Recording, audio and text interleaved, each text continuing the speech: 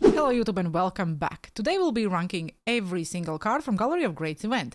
We have 10 MSPs plus 1 Bobby Orr card and a lot of lower tier cards. Before we jump into the video and start ranking them, if you could smash that like button and subscribe, it really helps the algorithm, more people will see the video and it gets me closer to the YouTube partner. Without losing any time, let's jump into the video and talk about every single card we have in this event.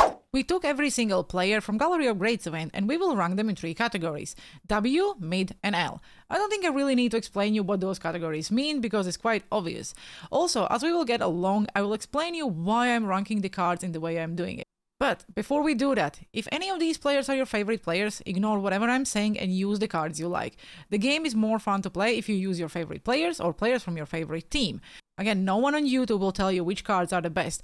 Everyone's playstyle is different. For someone the card is, oh my god, must have, and for someone the card is like, cannot really stand it. So find a card you like. This is only my opinion, and if I would need to rank them all, this is how I would do it. Okay, let's start ranking these cards. Again, if you guys think that I will put all the MSPs, let's say, in W or Mid, and all the lower tier cards will be in L, you're wrong. I think there are a lot of lower overall cards which actually are Mid, but you can use them in your team. So what I will do first, every single goalkeeper will go in the lower tier. So for me, all the goalkeepers are L because goalkeepers really doesn't matter. It matters how you play your defense. So if it's your favorite player, absolutely fine, but I would never suggest you make or go and buy a goalkeeper for ridiculous amount of coins. Pool-based Markstrom, use him in your net because he's tall enough, and that's all you need to do. So we will put Tim Horton in the lower tier, we will put Stan Mikita in the lower tier, we'll put Brett Park in the lower tier, we'll put all the goalkeepers, because goalkeepers really don't matter. Unfortunately, we also have to put Dominik Hasek in the lower tier, even considering he's a quite high overall goalkeeper, but still. So he's going here as well. Same about the Martin. We also will put Chris Progner in the lower tier, and also Marcel Dion. We do indeed have one MSP I really want to put in the lower tier, and I will explain why. I want to put Almacinis in lower tier because I just think that there are better right-handed defensemen out there. The synergies are great and it really boosts your shooting. Wanty and Thunderclap. A lot of people are thinking that this card is really great. He's not the smallest and also not the biggest, but a lot of people who made this card was very disappointed. I personally didn't try the card, so I don't have a personal opinion, but I heard at least from 10 people who said that it was the biggest disappointment. Also because of the range of the right-handed defensemen we have currently out there, you can, I don't know, let's say you can get Makar, you can get even Fox, because the hitting really doesn't matter this year.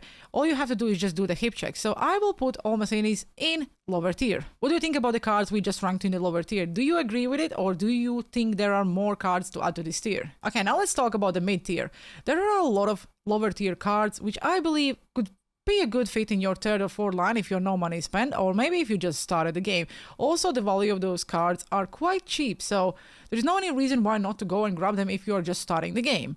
Again, if you're all the money spent or pay to lose, probably none of these cards will make your team, but in general, this is not about who is making your team, it's about what do I think is a good card or not. The first one in the mid tier will be Brian Trottier, just because of his face-off stats. He have 87 acceleration, 87 agility if you activate the synergy, 87 speed, shooting is quite decent, to be honest, very decent for the card. Also, the zone ability, quick draw, and 87 face-off rating. This card is probably one of the cheapest cards you can find because I don't think a lot of people are really understanding then how good this card is. If you are starting the game, you can even use him in your second line because the face-off 87 and quick draw is very efficient. The next one in the mid-tier will be Eric Lindros. The reason I am putting him in the mid-tier is because of his size. He may not have the best face-off stats, but 86 face-off is still really good. 86 speed, 86 acceleration, 82 agility is very low, but the balance is 90, so it's really difficult to get the guy off the puck. Also, unstoppable force. With the lower overall, Unstoppable Force is efficient. His shooting stats are not the greatest, but don't forget it's only 85. I think this is a really solid budget card, and I heard a lot of people who pulled this card after completing the objectives were actually very impressed. The card apparently plays better than the stats. Two-way defenseman and playmaking boost. Agility goes up to the 92 and endurance goes up to 88. Same about the shooting. Shooting goes up to 85. He may not be the best shooter in the game, but Seeing Eye and Sticking Up are very solid zoner superstar abilities. Nicholas Lindstrom always plays better than his stats, and I just think this is a very solid budget left-handed defenseman. The next one in the mid-tier will be Maurice Richards. The reason why I'm putting the guy in there because his power-up icon 85 overall was playing really great. 87 overall Maurice Richards is a solid card. If you put him on the wing, he will create a lot of decent moments for you, so I would probably use him as a playmaking forward. The next card in mid-tier will be Kendall Coyne Schofield. She's a great card. Last year her X-Factor was really solid. Again, the reason I'm putting her in the mid-tier is because of her size. She's really small, so will be bumped off the pack very easily. But I still believe that the card is really great for someone who loves to use female cards in his team. The next one will be Bobby Orr, 84 overall card. The reason he is in the mid-tier is because he is free. So everyone can go and get him. 84 overall free left-handed defenseman with a solid speed. I don't see how you can rank the card lower. The next one is Sergei Gonchar. We are putting Sergei Gonchar in the mid-tiers because he's a really good alternative if you don't want to do the team builders. Also much cheaper. Silver Stick 'em Up and Gold Seeing Eye makes this card very good and very fun to use. Offensive defenseman and shooting boost. Skating 89, endurance 90, balance 83, agility 91 and acceleration 90. Really solid alternative to Brian Leetch. The next one in the mid-tier will be Phil Esposito. The reason I put him in the mid-tier is because of the ability Big Tipper and Close Quarters. Close Quarters are still efficient if you are very close to the net. Big Tipper is fun ability to use. It's not as efficient as it was last year because more tipped goals go in without this ability. It's still fun. Synergy, Sniper Forward, and Playmaking Boost. He is one of the slowest players from week 1 and week 2. But still, it's Phil Esposito from Boston Bruins. We didn't really had a chance to use this card. And I think there are a lot of Boston Bruins fans out there. Also, he's dead cheap. So he's a pretty solid budget winger for your third or fourth line. Okay, and the last one in the mid-tier will be Sidney Crosby. I know a lot of people will disagree with me and probably would rank Sidney Crosby higher. The reason why I'm saying it is because I believe his X-Factor is better than his Gallery of Greats card. So we are adding Sidney Crosby to the mid-tier. Okay, we did the lower tier and we did the mid-tier. Do you agree with my ranking? Let me know down in the comment section below. What do you think? Would you put someone in the wow, must have, or someone in the lower tier who I put in the mid tier? Again, this is my only opinion, so let's go and talk about the W tier because there is a lot of cards left still. Without saying anything, Gretzky Lemieux and Mr. Hockey goes to the tier 1. The reason why is because all these 3 cards are very good and they are awesome alternative if you cannot afford their power-up icons. For example, Mr. Hockey is probably going for around 150k in the auction house. This card is identical to his 88 power-up icon. If you cannot get his power-up icon and upgrade it to the 91, there is no better card you could probably replace it. Same about Gretzky and Lemieux. I pulled Gretzky on my no money spent account after completing the objectives. The card is phenomenal. The next card we'll talk about is 88 overall Bobby Orr. Defensive defenseman and shooting boost. Elite edges, heat seeker and wheels. Awesome combo for his size, 94 speed, 94 acceleration, 92 agility, 84 balance unfortunately, but I don't think with the wheels activated you really need to care about the balance because he will be super fast. Shooting stats, decent, hands, decent, checking, decent, defense, also decent.